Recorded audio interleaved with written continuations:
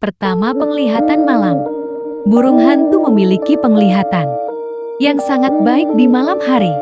Kedua, suara unik. Burung hantu dikenal dengan suara yang unik dan khas.